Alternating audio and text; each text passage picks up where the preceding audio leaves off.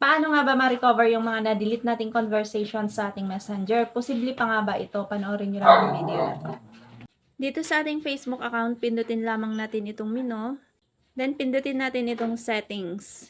Select natin itong see more in account center. Scroll up natin. Select natin itong your information and permissions. Ayan. Dito, tap natin itong download your information. Pindutin natin itong download or transfer information. Select natin ang Facebook. Pindutin ang next. Then, select natin itong specific types of information. Select natin itong messages dahil nga yung mga deleted messages ang gusto nating ma-recover. And pindutin lamang para mag-check yung box. And then, pindutin na natin itong next. Pindutin natin itong download to device. And then, dito sa date range, pindutin natin yan. Select natin dito yung range kung ano yung mga messages na gusto nating ma-recover. Katulad na lang yung na-delete nyo last week. I-select nyo itong last week. Kung last month, select nyo naman last month. Last 3 months, select nyo naman ito. And so on. Pwede mo naman siyang i-customize. Pindutin mo lamang itong edit. And then, ilagay mo dito yung date. Pindutin natin itong start date. And so, for example, kahapon lang, select natin yung 7. Pindutin ang set.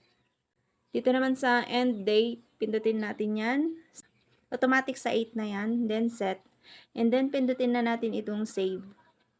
Then pindutin na natin itong create files.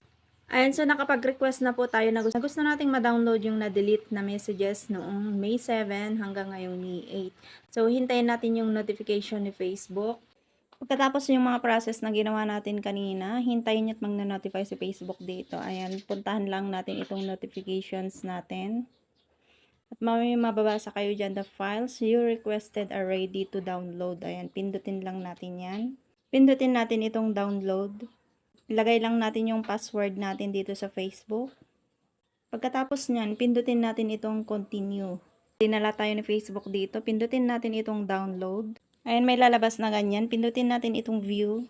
And napunta tayo dito sa my files na app sa ating cellphone. Ayan, pindutin lang natin itong arrow down. Pindutin ang open link. And pindutin na itong okay.